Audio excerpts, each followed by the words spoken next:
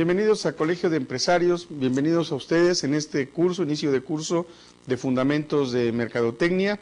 Permítanme tomarme unos momentos para presentarme. Mi nombre es Julio Carreto, soy ingeniero civil de profesión, tengo maestría en administración, tengo diplomados en Mercadotecnia, estudios de Mercadotecnia en el ITAM, y bueno, me he dedicado a la parte comercial de las empresas desde 1984 hasta la fecha. Dirijo un despacho especialista en planeación estratégica y planes de negocios, comercialización, y es por esa razón que el día de hoy pues estoy aquí con ustedes para iniciar un nuevo curso, en este caso de Fundamentos de Mercadotecnia.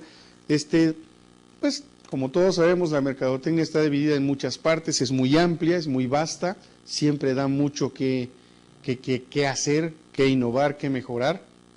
Y bueno, pues el curso lo vamos a ir desarrollando, van a tener sus actividades de aprendizaje que tienen que desarrollar conforme van avanzando con el curso. Les recuerdo, ya no son nuevos, ya conocen cómo es el sistema, va a haber 2 exámenes, un examen parcial y un examen final. Nada del otro mundo, nada que no hayamos visto aquí, nada que ustedes no hayan podido resolver en sus actividades de aprendizaje. Recuerden que tienen manera de pedir tutoría, asesoría, etcétera. Existe siempre un mail por ahí al que ustedes pueden comunicarse. Bueno, ya nos conocemos, ya saben cómo funciona este sistema. A lo mejor algunos de ustedes ya me han visto en otro curso. Entonces, repito, mi nombre es Julio Carreto y voy a tener el enorme gusto de dar con ustedes todas estas sesiones de Fundamentos de la Mercadotecnia. Vamos a ver un poquito en qué consiste el temario. Es amplio, requiere de mucha dedicación, mucho empeño, pero bueno, si están estudiando Mercadotecnia, esta materia les va a encantar porque es fundamental, tan fundamental que se llama Fundamentos de Mercadotecnia. Entonces, vamos a comenzar con una introducción de todo lo que abarca más o menos la mercadotecnia, qué es su concepto, cómo fue evolucionando históricamente, ¿sí? Cuál es la evolución de la mercadotecnia en México, la administración de la mercadotecnia, el ambiente en el que se desenvuelve, en términos generales obviamente, no nada más en México. La mercadotecnia por internet, aquí vamos a dar una barnizadita, nada más un leve toquecito, porque es algo nuevo. Es algo nuevo que apenas algunos están descubriendo, muchas empresas se resisten todavía a la labor de mercadotecnia, que es la mercadotecnia directa, el telemarketing, que también pertenece a la mercadotecnia directa, y las empresas están más familiarizadas con el telemarketing, y en ese momento cuando hablamos de telemarketing, pues es el marketing a distancia, ¿verdad? Pero muchos ya lo enfocaron a lo que se llama la parte de los call centers, las llamadas telefónicas. Pero todavía la Internet sigue siendo para muchos, sobre todo en nuestro país, como una especie de caja negra, como algo que todavía no sabemos cómo sacarle el máximo provecho, y todavía hay escépticos que piensan que puede no funcionar. Para esos escépticos, bueno, el actual presidente de los Estados Unidos, Barack Obama, hizo campaña en Internet usando las redes sociales, Facebook, por ejemplo. Entonces, y atrapó a muchos jóvenes que pasan buena parte del día en estas redes sociales. Existen muchas, múltiples, de diferentes formas, para diferentes estilos de personalidad, de forma de ser. En mercadotecnia vamos a aprender que esto es una segmentación psicográfica. Entonces, el Internet es lo nuevo. A ustedes precisamente les va a tocar desarrollar a plenitud la mercadotecnia por Internet, que es no es lo que ya viene, sino lo que ya está. Esto vamos a ver en la primera parte. En la segunda parte, análisis de las necesidades a través de la segmentación. ¿Qué es la segmentación del mercado meta? Para empezar, ¿qué es el mercado meta? Así rápidamente, y antes de que entremos al tema, pues les diré que el mercado meta es ese mercado al cual deseamos penetrar, deseamos llegar con nuestros productos.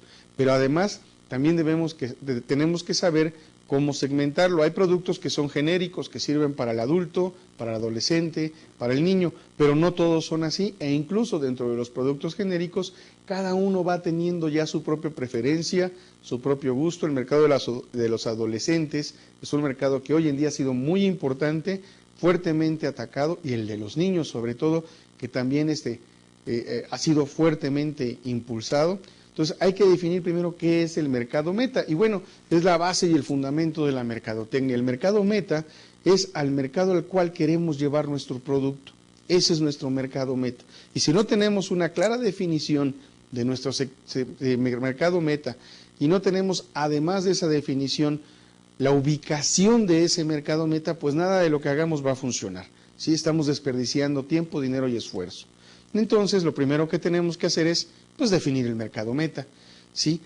¿Qué requerimientos para la segmentación? ¿Qué tipo de segmentaciones vamos a hacer? Si va a ser una geográfica, si va a ser una segmentación psicográfica, ¿verdad? ¿Cómo vamos a segmentar ese mercado? Si va a ser por su nivel socioeconómico, ¿verdad? Entonces, si va a ser una segmentación demográfica por sexo, edad, etcétera. También tenemos perfiles, ¿sí? No todos los productos van para los mismos tipos de mercado y podemos definir rápidamente 3 sectores. ¿Sí? Yo sé que cuando digo 3 sectores muchos se ponen nerviosos porque es muy difícil identificarlos. Pues tenemos el sector, anoten, primario, secundario y terciario, dificilísimos de recordar. Entonces, en el sector primario, pues está la agricultura, la pesca, la ganadería, todas las industrias extractivas. En el sector secundario está la industria y el comercio. A veces tenemos dificultad, ¿verdad?, para entender la diferencia clara entre la industria y el comercio. Y no es tan difícil. Miren, la industria transforma, recibe materia prima y esa materia prima la transforma en otra cosa y la vende. ¿Sí? Tiene fábricas, tiene procesos de transformación. El comercio no tiene de estos procesos. Recibe un producto y lo revende. Aunque la palabra revender suena mal y en nuestro país pues tiene una connotación negativa, lo que hace un comercio, a diferencia de una industria, es revender lo que una industria ya hizo. Entonces vamos a ver el sector industrial, ¿sí?, diferente al sector comercial. La mercadotecnia en general siempre la vamos enfocando hacia el sector comercial más que al sector industrial. También tenemos la mercadotecnia de servicios, ¿sí?, los hoteles, las tarjetas de crédito, los bancos. Pues vamos a ver qué podemos aprender por ahí. Y luego vienen las instituciones sociales y no lucrativas. ¿Cuándo no es lucrativa? Cuando su fin primordial no es generar riqueza, sino generar un bien social, un producto que satisfaga un sector de la sociedad. Entonces también necesitamos hacer un tipo de mercadotecnia para estas empresas. Y son diferentes, aunque las bases son las mismas, el análisis, el estudio, la forma de aplicar es diferente. Y finalmente, la segmentación en las instituciones políticas. Como nos podemos dar cuenta, cada vez la política hace más uso de la mercadotecnia, uso y abuso, no siempre se utiliza adecuadamente, no siempre maneja lo que tiene que manejar, pero hoy en día, bueno, también la mercadotecnia no puede estar alejada y no debe de estar alejada de la política. En nuestros siguientes temas, en nuestro siguiente bloque de temas, tenemos la investigación e información de mercado, ¿sí? ¿Cuál es la función de la investigación de mercado? ¿Para qué me sirve la investigación de mercado? ¿Qué estrategias puedo hacer para obtener la información? ¿De qué me tengo que valer? ¿De encuestas, de entrevistas, de consulta directa con expertos, con un panel, ¿verdad?, con una prueba, un testeo de producto, una degustación? En fin, hay muchas formas de hacer investigación de mercado. Hace muchos años, cuando nació el Mustang, lo que hizo Lee Iacocca, que era el vicepresidente de Ford, que estuvo muy pendiente del diseño de ese nuevo auto, una vez que lo tuvo listo, por ejemplo, dijo, dénmelo. Y salió por las principales carreteras de Estados Unidos a visitar a los principales distribuidores Ford. Y entonces la gente lo veía, lo reconocía, ¿verdad? Y decía, bueno, ¿y ese carro qué es? Y veían un caballito por ahí, luego un sello, un logo que de todos era conocido, y es de Ford, pero era un carro que en ese momento no se conocía, y recorrió buena parte de las carreteras de los Estados Unidos y de las ciudades donde estaban los principales distribuidores en este auto, de tal suerte que el rumor empezó a correr, y cuando terminó su ruta ya todo el mundo hacía pedidos del Mustang, cuando solamente había un prototipo, y esa fue su manera de hacer investigación de mercados. Fíjense qué inteligente Lee Iacocca. Vamos a aprender algunas de estas estrategias en el transcurso de nuestras sesiones. Y el proceso y diseño de una investigación de mercados. ¿De qué tipo va a ser la investigación? Esto que hizo Lee Iacocca lo hizo por intuición, más que por un conocimiento serio y profundo de la mercadotecnia. De entrada él era ingeniero mecánico, ¿verdad? Aunque su fuerza, su fortaleza siempre fue en la parte comercial. Entonces, con muchos años de distancia y con mucha experiencia, puedo yo presumir que tengo algo parecido a él, ¿sí? Entonces, vamos a ver cómo se diseña una investigación de mercados, cómo la podemos hacer.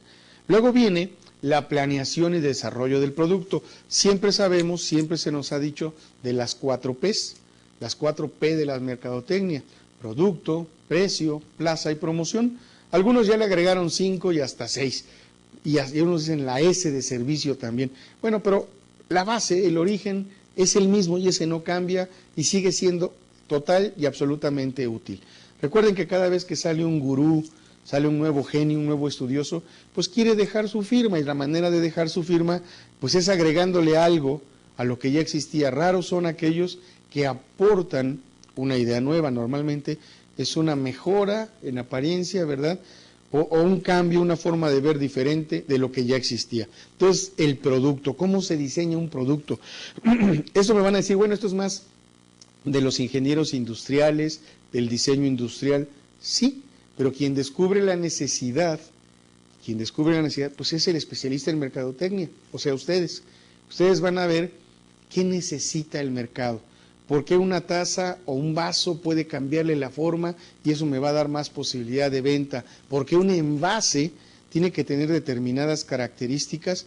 ¿Y por qué ese envase me va a servir más o me va a servir menos? Ustedes están familiarizados con el PET. ¿Qué es el PET? No saben quizá que sea el PET, pero sí lo conocen. Los envases de refrescos, estos enormes que hay de 2 litros o hasta más, ¿verdad? O de 1 litro 600 mililitros, no existían hace muchos años, no existían hace 30 años, eran de vidrio, ¿verdad? O hace 40 años eran de vidrio, y hoy en día todos son de plástico. ¿Por qué? Pues cumplen 2 necesidades: abatir costos, la más importante, ¿verdad?, para las empresas, pero también que los de vidrio no podrían utilizarse indefinidamente, sino que había un número de usos, 3, 4, 5 usos, dependiendo del grosor del vidrio, y si se rompía, pues era tener que considerar en el análisis del producto, pues que se iba a romper y que se tenía que estar reponiendo con alguna frecuencia, y esto iba a impactar en los costos de las empresas. Entonces ustedes están ya muy familiarizados con el PET, y de hecho, pues los únicos envases de vidrio que sí conocen, pues son los de la cerveza, ¿no? Aunque por ahí va a haber alguno más imaginativo que dirá, yo me la tomo en lata, profesor, y bueno, pues ese ya me mató mi comentario, ¿verdad? Entonces vamos a ver cómo se concibe un producto, cómo es el diseño y desarrollo de una estrategia de producto. Estamos hablando del uso que la mercadotecnia le va a dar al producto, no el diseño de ingeniería del producto. Eso no es nuestro problema. Nosotros damos recomendaciones, ¿verdad?, pero con base en lo que necesita el mercado. ¿Qué marca le vamos a poner? ¿Cómo nace la marca? ¿Qué características debe de tener? ¿Cómo, una vez que tenemos el producto, lo vamos a envasar, lo vamos a empacar, lo vamos a embalar, darle el embalaje, para que no se maltrate, para que llegue en buen estado al lugar donde se va a volver a reembarcar, ¿verdad?, o donde ya va a estar su punto final de venta? Las etiquetas. ¿Qué tipo de etiquetas? El porqué de las etiquetas, qué características tienen estas etiquetas, y los famosos códigos de barras. ¿Para qué me sirve el código de barras? ¿Cómo se utiliza el código de barras y qué características tiene?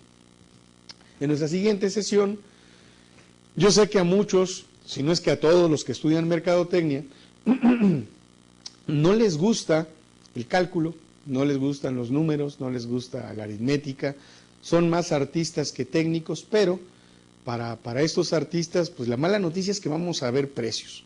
La buena noticia es que lo vamos a hacer muy dinámico, muy atractivo, muy padre, para que no se aburran, ¿verdad? Solo que sí está dividido en 3 o 4 segmentos porque es muy amplio. Entonces vamos a ver el significado y la importancia de poner un precio adecuado. No es lo mismo ponerle a un producto 10 pesos que ponerle 9.90. Ya sé que van a decir, ay sí, pero pues hay 10 centavos de diferencia, es más caro. Bueno, para la gente sí, pero tampoco es lo mismo decir, fíjense que cuesta 9.90 y tiene un descuento del 10%, ¿verdad? Que dar el precio sin descuento aunque esté más barato. La gente lo percibe más caro. Esas cositas, esos pequeños trucos de mercadotecnia, lo vamos a aprender aquí, o los vamos a recordar porque ustedes ya lo han vivido de manera práctica. Cómo el precio impacta en la estrategia de mercadotecnia, cómo las estrategias geográficas de fijación de precio. Yo no debo de poner el mismo precio en un lugar que en otro. ¿Por qué? Porque las condiciones del mercado cambian. Entonces se vale cambiar el precio. Les pongo un ejemplo, los tenis Nike. Los tenis Nike que ustedes pueden comprar en Tepito, y hago así entre comillas porque muchos piensan que son de contrabando, no lo son. Es una línea que tiene Nike para un mercado más económico. Y entonces tiene esos que venden los tianguis. Por ejemplo, entonces no es lo mismo el precio que tiene comprado en Tepito porque fue diseñado para comprarlo ahí que el que se compra en una tienda departamental, ¿sí? Son diferentes precios y si se fijan bien, que seguramente ustedes lo hacen porque si estudian mercadotecnia son muy observadores, si se fijan bien van a darse cuenta que hasta los modelos son diferentes, ¿ok?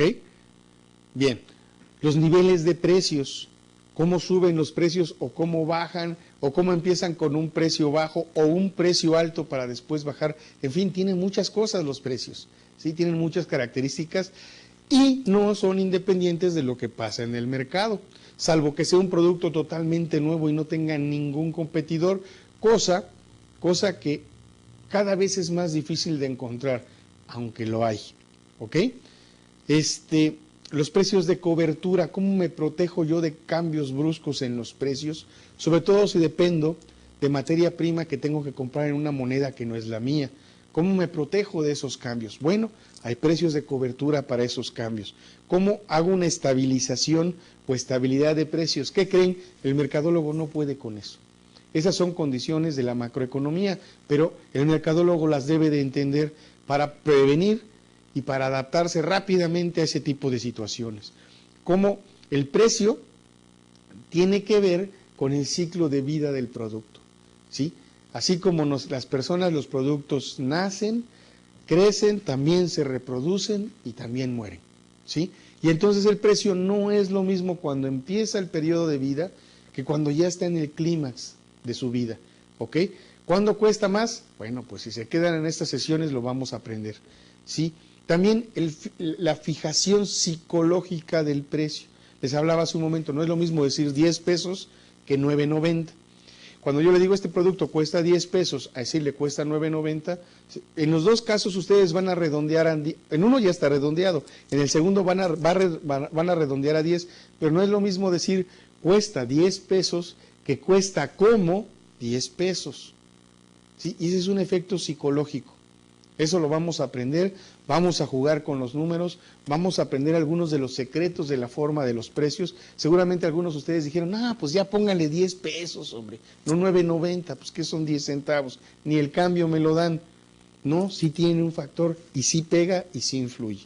¿Ok? Entonces vamos a aprender cómo ese factor de precios juega psicológicamente en nuestras cabezas. ¿Sí? ¿Cómo vamos entonces a establecer el precio? ¿Con base en qué? Y aquí tenemos que aprender que tenemos costos fijos, que tenemos costos variables y que dependiendo del volumen de venta esperado va a ser el precio. ¿Para qué? Pues para recuperar la inversión y para generar utilidades, que si no, pues no habría caso de poner un precio. Que los métodos que van orientados al costo, los métodos de fijación de precio que tienen que ver con la competencia. Les puedo platicar un caso de tipo industrial. Vitro era la empresa que dominaba el mercado del vidrio aquí en México. Y Vitro fijaba el precio y además no vendía a crédito, vendía de contado porque era el único y principal proveedor, era un monopolio. Vamos a entender cómo funciona un monopolio en cuestiones de precios, por ejemplo. Entonces él fijaba su precio y pues los demás, como era lo único que había, pues lo compraban, ¿sí?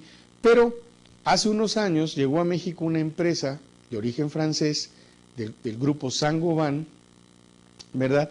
Que se llama vidrio plano Saint-Gobain. ¿Y qué hizo vidrio plano Saint-Gobain? ¿Qué creen? Nosotros usamos en México un espesor de vidrio en las ventanas de 3 milímetros. Sí, 3 milímetros, así más o menos. Y en Europa se usa de 1,5 milímetros, o a lo mejor lo estoy confundiendo, luego se los aclaro. Tengo que ir a medir los vidrios de mi casa, ¿verdad? A lo mejor aquí es de 6, pero la mitad era en Europa. Y dijeron, ¿por qué el vidrio aquí está tan grueso? Pues porque así lo vende Vitro, y como Vitro era el único, ¿qué creen que hizo Saint-Gobain? Piensen ahí 2 segundos. Pues vendió más barato. No, vendió al mismo precio. Y si eso está en el mercado, y eso ya se está pagando, pues ¿para qué echar a perder un mercado que ya se ganó? Fíjense cómo es pensar en el precio en función de la competencia. ¿Se han fijado que un bulto de cemento de Holcim, que es Apasco, lo conocemos en México como Apasco, o de Cemex, o de Cruz Azul, cuestan más o menos lo mismo? Sigo hablando de productos industriales. ¿Por qué? ¿Por qué si uno lo puede hacer más barato, no lo vende más barato? ¿Para qué? Si el mercado lo compra. Entonces, generaríamos una guerra de precios donde el gran vencedor al final pues va a ser el consumidor, pero el gran perdedor pues va a ser el fabricante. Entonces, punto número 1, señores de mercadotecnia, nunca entrar a una guerra de precios, pero sobre todo como ley que les quede siempre en esa cabecita creativa, imaginativa y muchas veces llena de locuras, que se les quede fijo, jamás, jamás competir por precio. ¿Ok? Jamás. Ustedes tienen todas las herramientas, toda la habilidad para competir de otras maneras sin tocar el precio de su producto. Porque si empezamos a pelear con el precio, el único que va a ganar al final es el consumidor, porque va a ver cómo se desbaratan las empresas por querer ganar su preferencia. Bueno, tenemos también métodos orientados a la demanda. Si la demanda sube y la oferta se mantiene igual, el precio sube. Si la oferta aumenta y la demanda se mantiene igual, el precio baja. Entonces vamos a ver algunos detallitos en cuanto al precio. No es muy complicado, voy a tratar de hacer la menor cantidad de números y gráficas posibles, y cuando hagamos números y gráficas sean tan simples que digan, caray, ¿por qué le tenía yo tanto miedo si es tan fácil? ¿Ok? Entonces aquí le vamos a dedicar un poquito más de tiempo. Bien, vamos a entrar ahora, ¿verdad? Vamos a entrar ahora, creo que aquí faltan algunos temas más, no sé qué pasó, porque entre los temas que también tenemos que estudiar, pues si vimos el producto, vimos el precio, vamos a tener que ver la distribución. ¿Qué es la distribución? ¿Cómo va la distribución? ¿A dónde vamos a distribuir? ¿Qué vamos a distribuir? ¿Por qué distribuir? ¿Por qué no llego yo directo? ¿Puedo yo llegar directo o tengo que utilizar algún otro canal para llegar directo?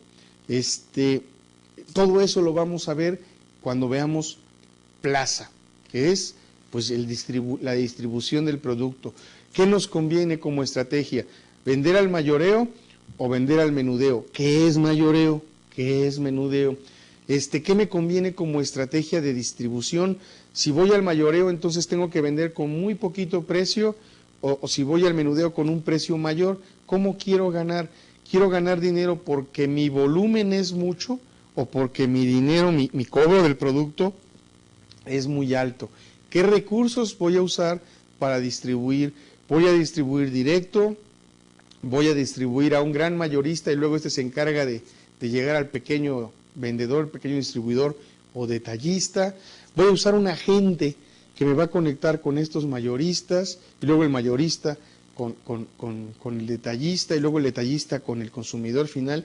Esas decisiones que son estratégicas, ¿cuándo y de qué dependen? Porque dependen del tipo de producto, dependen del tipo de mercado. Si yo vendo cemento, ¿verdad?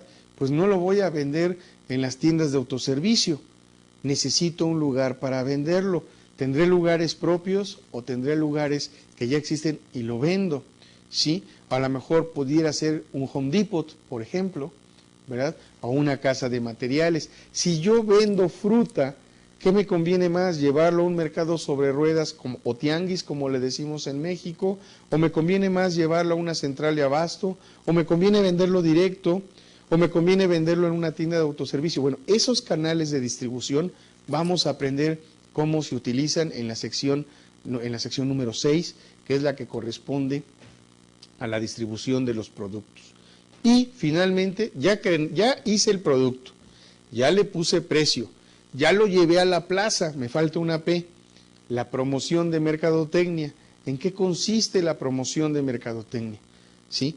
¿Cómo voy a hacer mis campañas de promoción, de publicidad, mi material punto de venta? ¿Qué voy a tener en mi material punto de venta? ¿Por qué lo voy a escoger? ¿Cómo lo voy a manejar? Si voy a hacer folletos, si voy a hacer carteles, pósters, banderines, stoppers, cenefas. ¿Qué es eso? ¿De qué está hablando el profesor? Eso es lo que vamos a descubrir. ¿Sí? ¿Qué son las botargas? Las botargas yo creo que sí las conocen, son estos disfraces que utilizan. Uno muy conocida hoy en día es la del doctor Simi, ¿verdad? De las farmacias y similares, que ahora ya no son similares, son genéricos, ¿verdad? Entonces, ¿qué es una botarga? ¿Cuándo usar una botarga? ¿Por qué nos conviene usar una botarga? Y fíjense que el doctor Simi no es para niños, ¿eh? La botarga del doctor Simi llegó a los adultos. Entonces, vean que tenemos que romper en la publicidad los paradigmas que a veces nos hemos creado. ¿Qué es un paradigma? Bueno, si continúan en la clase, lo van a descubrir, lo van a saber. ¿Qué es un paradigma? Porque el mercadólogo tiene la obligación de romper algunos paradigmas, ¿sí? ¿Qué son esas cosas que se nos meten en la mente y pensamos que ya no pueden cambiar porque así funcionan? Entonces, imagínense, el doctor Simi usa una botarga que va enfocada directamente al adulto, no al niño. Pongo otros ejemplos.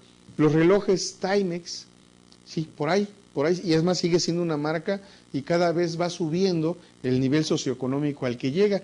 Empezaron siendo relojes muy económicos.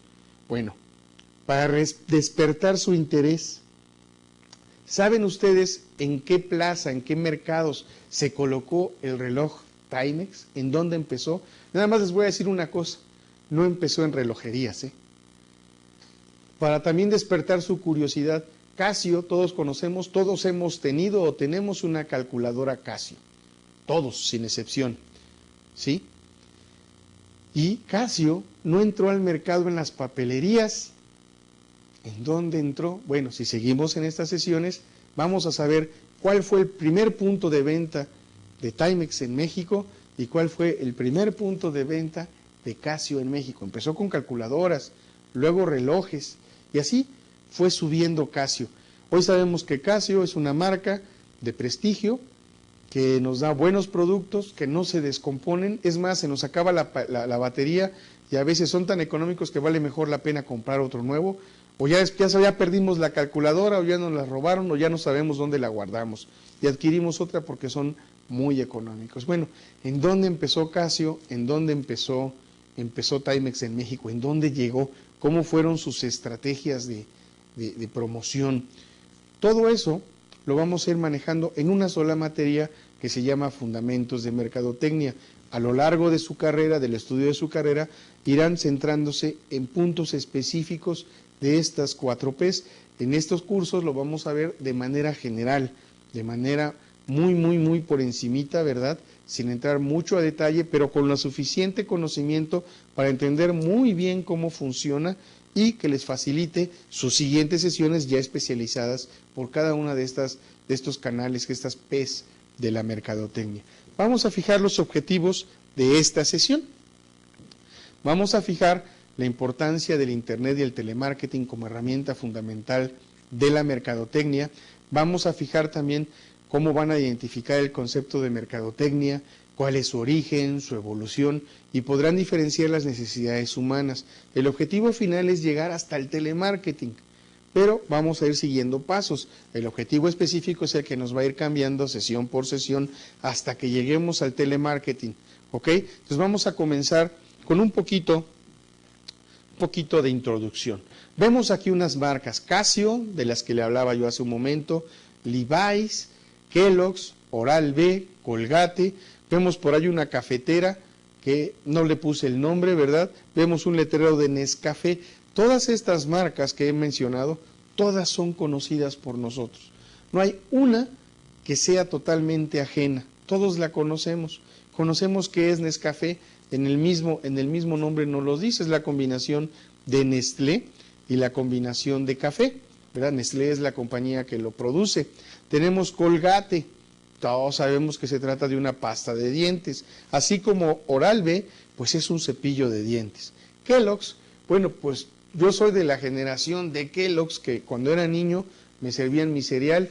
Mi hija, que hoy tiene 20 años, cuando era niña también le servíamos su cereal, pero ahora mi hija, fíjense cómo es la evolución de los productos a través del ciclo de vida. Ahora ya no come sus hojuelas de maíz con el gallito, ¿verdad? O estos, el Choco Crispies, que traía un elefantito, o al tigre Toño, ¿verdad?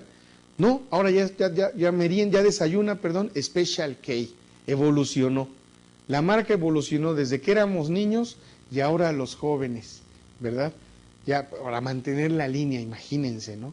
Entonces, bueno, pues ahí está la evolución de una marca que nos trae desde que éramos niños, de que éramos pequeños, hasta adolescentes y a los adultos, ¿no? Tenemos Casio, que ya les había yo hablado, que Casio empezó haciendo calculadoras, ahora también hace relojes, ¿verdad?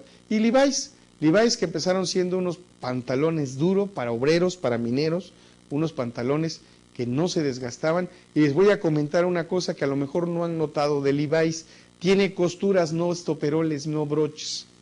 Esa es una de las características de Levi's, aunque a lo mejor ya los pueden encontrar con broches. Originalmente no los traía, no venían esos remaches para agarrar la tela que era gruesa, ¿sí? Cuando yo era joven, el chiste de los pantalones de mezclilla es que conservaran el color.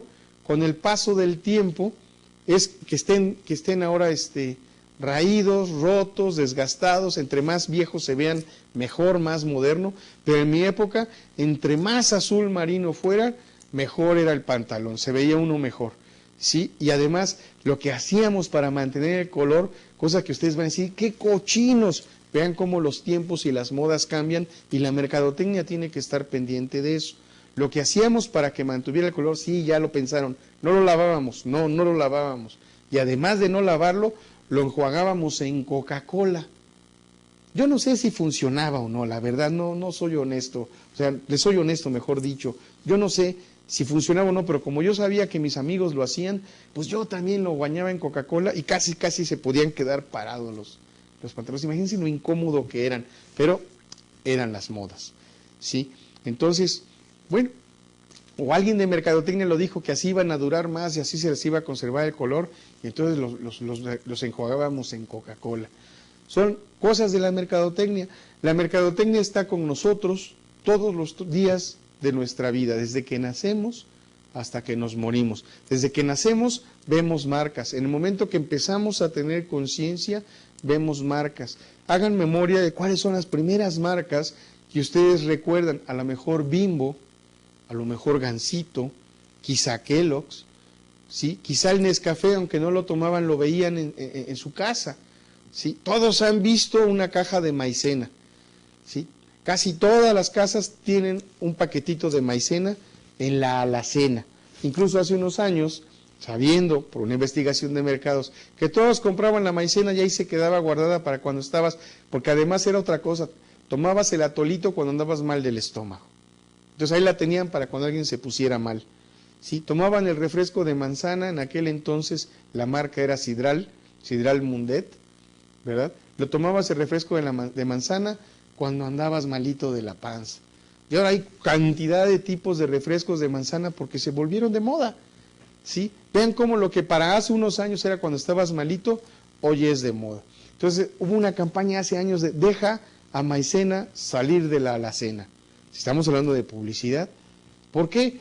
Pues porque se dieron cuenta, mediante una investigación de mercados, que sí se compraba, pero que la reutilización o la recompra del producto era muy larga, ¿ok?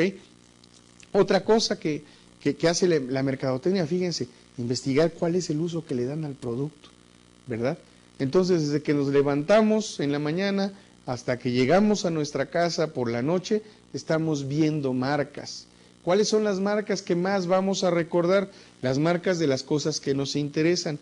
Antes de entrar más en materia, yo quiero decir que en mercadotecnia existen dos tendencias claramente delimitadas. Hay mercadólogos que dicen que hay que crear la necesidad.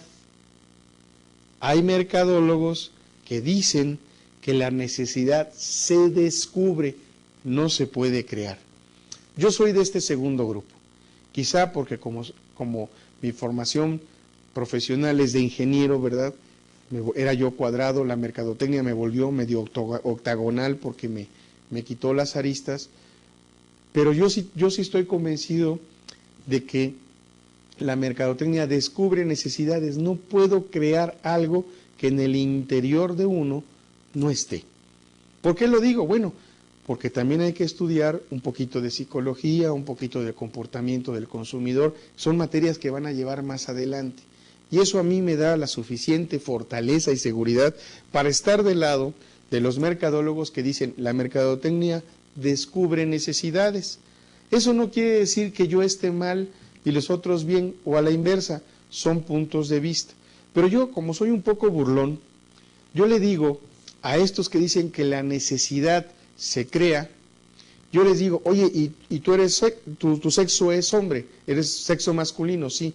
Entonces, si no usas toallas sanitarias, para ti, es porque los gerentes de mercadotecnia de toallas sanitarias hacen mal su trabajo, porque no te han creado la necesidad, ¿sí? O porque una persona siempre prefiere Coca o prefiere Pepsi, es que le crearon la necesidad. O las personas que no fuman, entonces todos los gerentes de mercadotecnia de las tabacaleras son un fracaso porque no han creado la necesidad de fumar. Bueno, ahí les va un secreto de mercadotecnia. Puede ser una buena o puede ser una mala noticia. La buena noticia es la cabeza del ser humano, el cerebro del ser humano, es más inteligente que cualquier campaña de mercadotecnia. El cerebro humano está por encima de eso. Eso creo que es una buena noticia. Somos diferentes, cada quien piensa de manera distinta.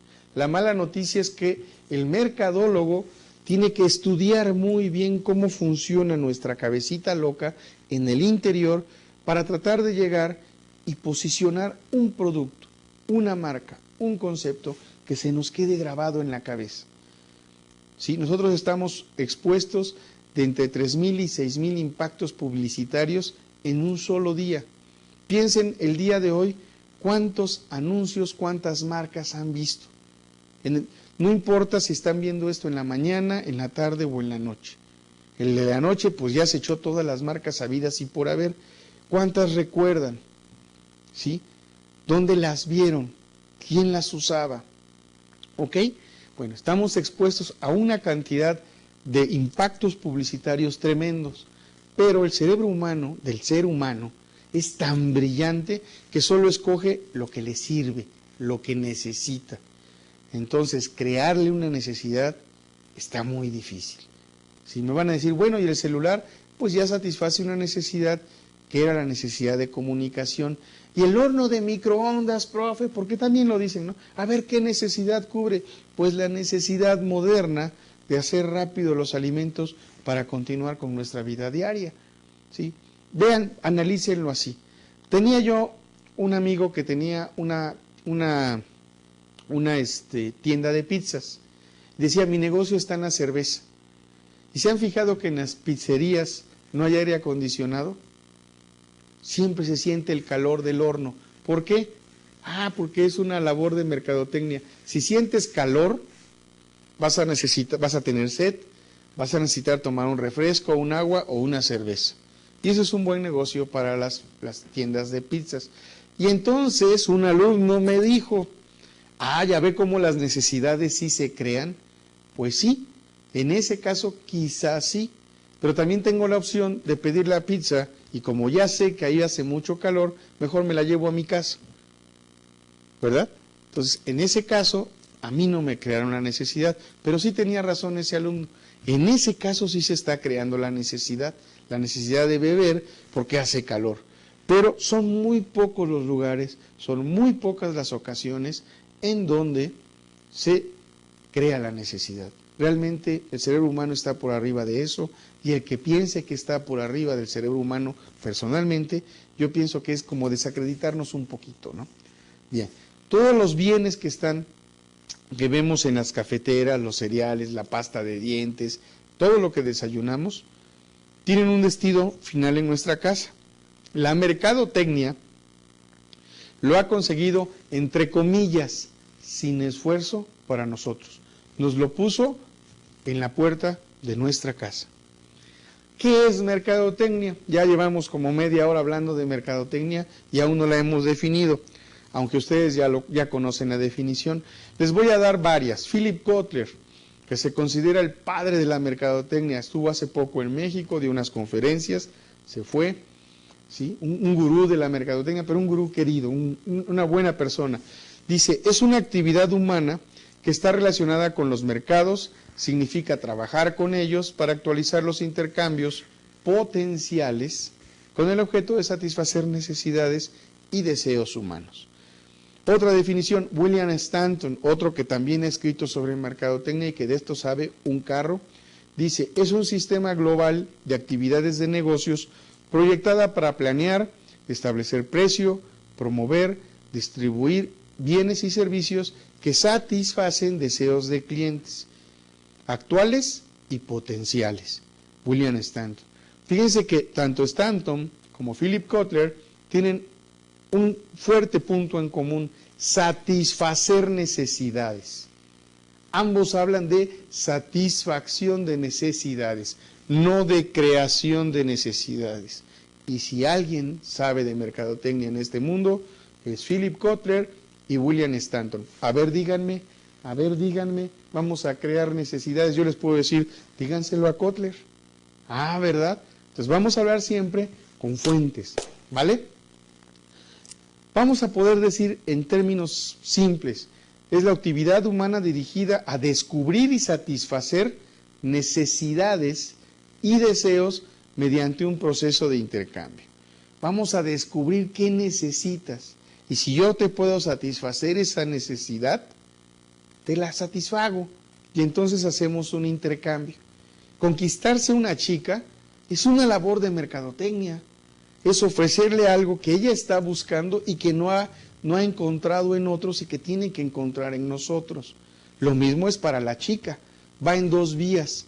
Los dos tienen que satisfacer una necesidad, la necesidad de amar y de ser amado. Ay, profesor, ya se puso cursi y ridículo.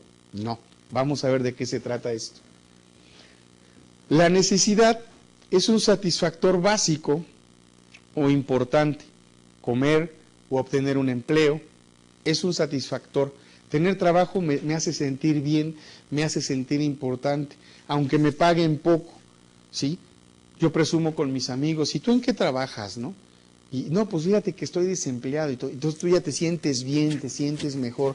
A lo mejor no con soberbia, no con orgullo, sino das gracias a Dios porque sí tienes chamba, aunque te paguen poquito o aunque te mal paguen, ¿sí? El deseo es anhelar profundamente un satisfactor. La necesidad es el satisfactor y el deseo es el anhelo de esa satisfacción. Incluso vamos a diferenciar tres palabras que las podemos manejar indistintamente a lo largo de este curso. Vamos a buscar estas tres palabras. Ahí ya la andaba escribiendo mal. Necesidad, deseo y lujo. A veces queremos algo porque lo necesitamos, otras veces porque lo deseamos, y otras veces ni lo necesitamos ni lo deseamos, lo compramos porque lo podemos comprar. Y eso se llama lujo. Entonces la mercadotecnia tiene que descubrir cuáles son las causas por las que el comprador está comprando, porque lo necesita, porque lo desea o porque satisface, ¿verdad?, una necesidad de demostrar que puede tener algo que los demás no, o que solamente muy pocos tienen. ¿Sale? ¿Qué es la demanda? El consumo de un determinado producto respaldado por la capacidad y voluntad de adquirirlos. Eso es la demanda. Quiero igualemos la palabra demanda con querer. Yo quiero esto, ¿sí? Dicen que los niños y los adolescentes son muy demandantes. Tráeme, dame, cómprame, llévame, ¿ok? Bueno, las esposas también, pero más los niños y los adolescentes. Y el producto es lo que se puede ofrecer para satisfacer esa necesidad, ese deseo o la demanda, el quiero, dame, cómprame, llévame. ¿Qué es una necesidad humana? Es un estado de sentimiento de privación o falta de algo. Me hace falta algo, siento que necesito algo, siento que hay algo que no tengo y quisiera tener. La insatisfacción causa descontento y extrema ansiedad, por lo que se busca reducir la insatisfacción. Cuando yo no estoy satisfecho, voy a buscar a costa casi de lo que sea, poder satisfacer eso que siento. Puedo reducir la ansiedad por, 1, obtención del bien o servicio deseado, o la extinción o disminución de la necesidad. Híjole, yo quiero un Lincoln Navigator y tal, me lo compro y satisfice esa necesidad. O bien, no me alcanza, es un sueño guajiro. Entonces, ¿qué hago? Bueno, pues algún día. Y enfoco mis baterías hacia otra cosa que sí puedo adquirir. Entonces aquí viene una formulita. Entre más rápido obtenga mi servicio o bien que deseo, ¿sí? Y más pequeña se haga mi extinción o disminución de la necesidad, mi ansiedad va a bajar. Es decir, si lo puedo obtener rápido, mi reducción de la ansiedad va a disminuir. ¿Por qué? Porque se extingue mi deseo. Y entonces 1 entre 1 es igual a 1. Es una formulita muy sencilla que nunca vamos a usar, simplemente la pongo como referencia. Abraham Maslow hablaba de que el ser humano tiene 5 necesidades. Y todavía le queremos crear otras, pues imagínense. Entonces, Abraham Maslow decía, hay 5 necesidades básicas o importantes o que están en la vida del hombre. Y entonces creó algo que le llamó la pirámide de necesidades. Esta pirámide de necesidades es la de Maslow, Abraham Maslow. ¿Por qué pirámide? Porque entre más bajo estamos, más necesitamos. Voy a explicar. Tenemos primero las necesidades básicas, ¿sí? Las que nos hace actuar a veces como animales. Tenemos la necesidad de comer, la necesidad de vestirnos, tenemos la necesidad de ir al baño, son necesidades básicas. El sexo está en una de esas necesidades. Es la mente humana la que puede elevar o dejar al sexo como una necesidad simplemente de cavernícola. ¿Sí? La tengo que satisfacer y ya. ¿Ok? Cuando tenemos satisfechas, dice Maslow, estas necesidades, ya podemos pensar en otro tipo de necesidades. Y él dice la de resguardo y seguridad, tener una casa a donde llegar. Yo puedo satisfacer mi apetito y no dormir en una casa, dormir en una coladera o abajo de un puente, ¿sí? Pero una vez que ya satisfice esta necesidad, ya no siento hambre, ¿sí? Me comí aunque sea un bolillo duro con agua, tengo que buscar la satisfacción de otra necesidad, la necesidad de sentirme seguro, ¿sí?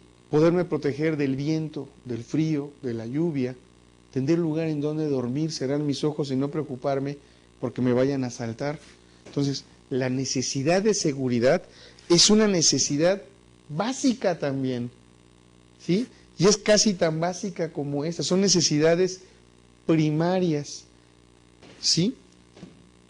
Las necesidades básicas y las necesidades de seguridad, básicas o fisiológicas también le podemos llamar. Entonces estas son primordiales. Viene un segundo grupo de necesidad, fíjense, estas son las primarias, las de los primitivos. Vienen las secundarias, y son 2. Viene la necesidad de pertenencia. ¿Qué es la de necesidad de pertenencia? Pertenencia. El ser parte de algo. Pertenecer a un club, a una pandilla, a una familia, tener mi grupo de amigos, mis cuates, mi pandilla, ¿verdad?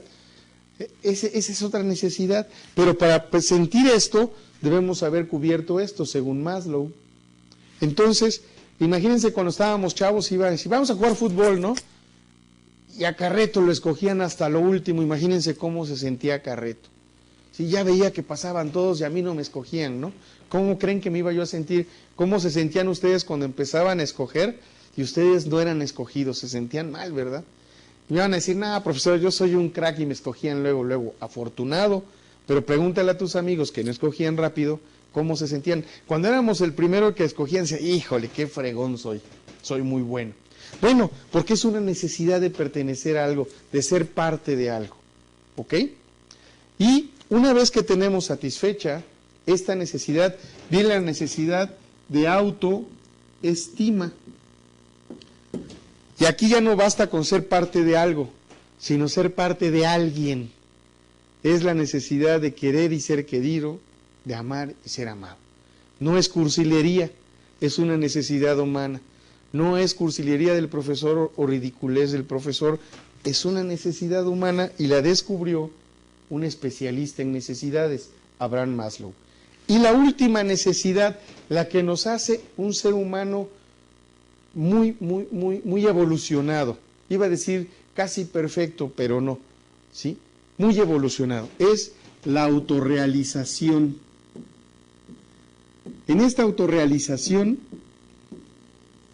es la máxima evolución del ser humano. Cuando hago lo que me gusta, me dedico a lo que me gusta, ya no me importa tanto la moda, ya no me importa que me digan, oye, ese suéter siempre lo traes, pues me gusta. Ya no nos importa tanto la opinión de los demás como la opinión que tenemos de nosotros mismos. ¿Sí? Cuando empezamos a hacer introspección, cuando sacamos a este ser humano espiritual que todos llevamos dentro. Pero no podemos llegar a este punto si no hemos satisfecho todas las necesidades inferiores. ¿Sí?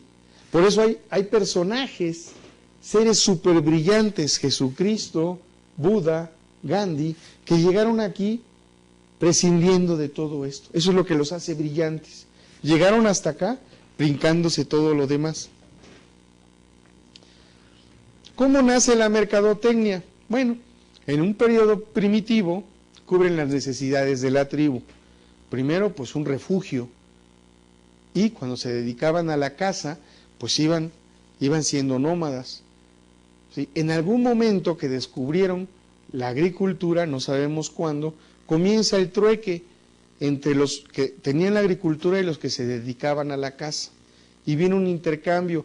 Este mismo origen de la mercadotecnia también es el origen del comercio y también es el origen de la administración, vienen conjuntas. ¿Sí?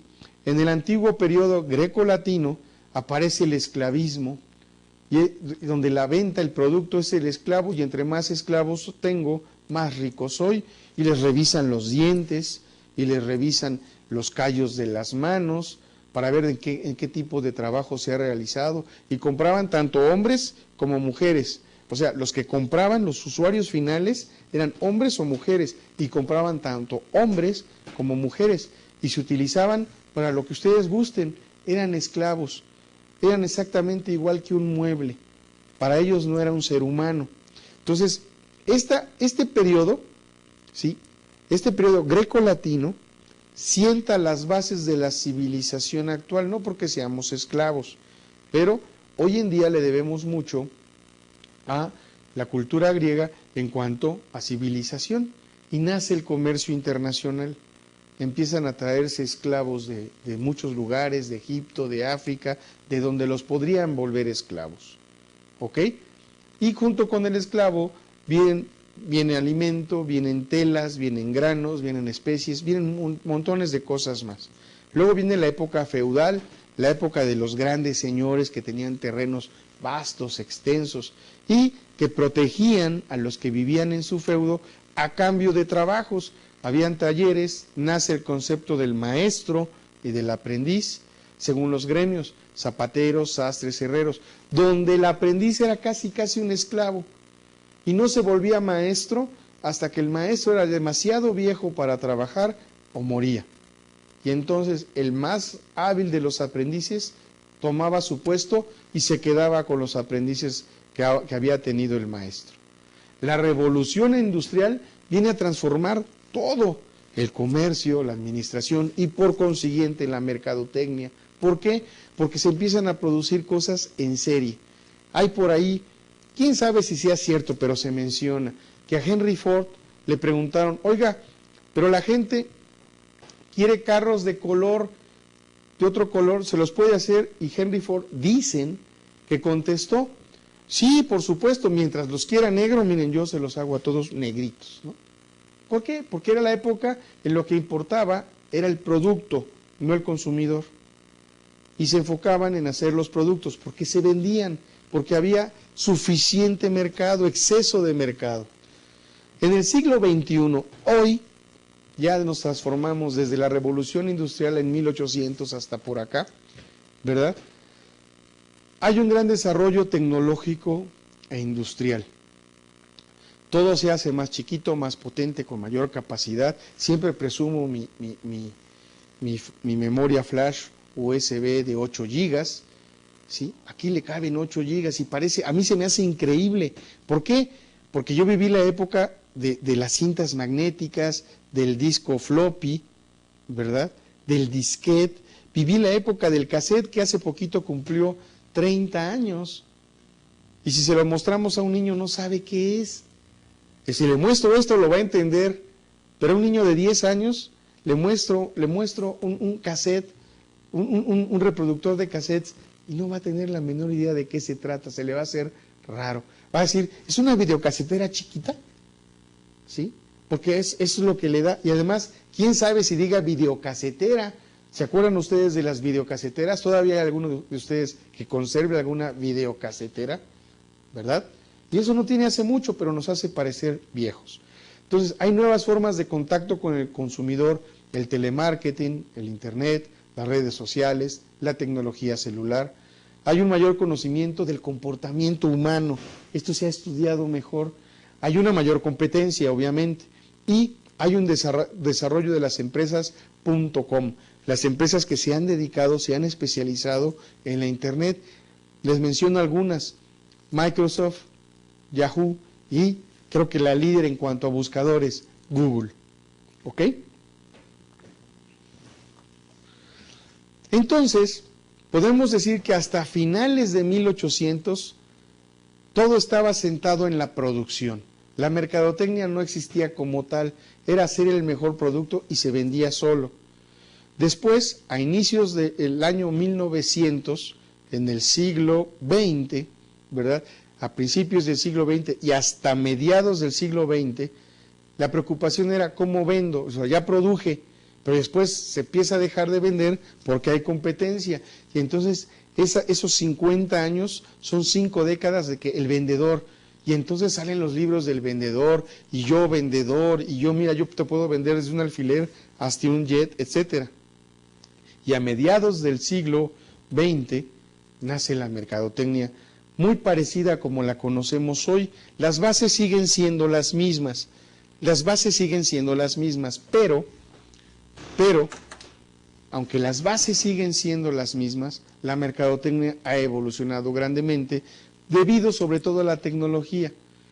Cuando no existía la televisión, bueno, pues los anuncios de radio, los carteles muy diseñados, ¿verdad?, que se hacían pues con un método antiguo. Hoy ahí tenemos carteles de gran tamaño, tenemos los anuncios espectaculares, ¿verdad? Hay una cantidad de tecnología que nos permite llegar al punto de venta con nuestros clientes. Hace muchos años, cuando la televisión empezaba, trabajaba la televisión creo que de las 4 de la tarde a las 10 de la noche, ¿sí? La publicidad era fija, ¿sí? Les anunciaban relojes, cremas, paraguas, carros, con cartones. Y hasta se notaba cuando quitaban un cartón y ponían el otro, ¿sí? Así empezaba las primeras campañas de publicidad. Poco a poco fueron evolucionando, entonces ya fueron filmando fuera de un estudio y había pequeños comerciales, videocomerciales en la televisión. Pero la televisión, por el tiempo que duraba, pues no podía poner muchos comerciales. En la medida que la televisión evoluciona, La mercadotecnia va evolucionando con la televisión, pasa al color, ¿verdad? Viene la posibilidad de grabar, ya no en película, ya no como película, sino como videotape, ya que no es lo mismo, el proceso era diferente, como videotape, poder grabar el video que se había tomado de una campaña publicitaria, ¿sí? No había tantas pruebas, no había tantas luces, las luces eran unos grandes monstruos enormes, grandotes, unos reflectores, que si los tuviéramos hoy aquí, pues estaría yo ya bañado en sudor, por tanto calor que producían. Hoy las luces son de tipo frío, sí, sí producen calor, pero mucho menos. Las cámaras de televisión eran unos grandes monstruos, llegaron a ver perdidos en el espacio. ¿Se acuerdan de ese robot que decía peligro, peligro? Bueno, más o menos una cosota así eran las cámaras de televisión. Y hoy son tan pequeñas y las podemos comparar, además se autonivelan, puede uno hacer un movimiento brusco y la cámara se mueve lentamente para evitar ese bamboleo, se estabiliza, hay cámaras portátiles. Bueno, todo eso ha impulsado que la mercadotecnia cambie. Pero ¿saben qué ha hecho cambiar más la mercadotecnia que nada que conozcamos todavía? El Internet. El Internet es el punto de batalla que vamos a buscar a partir de hoy, prepararnos para poder competir en ese campo de batalla, porque es el campo de batalla moderno.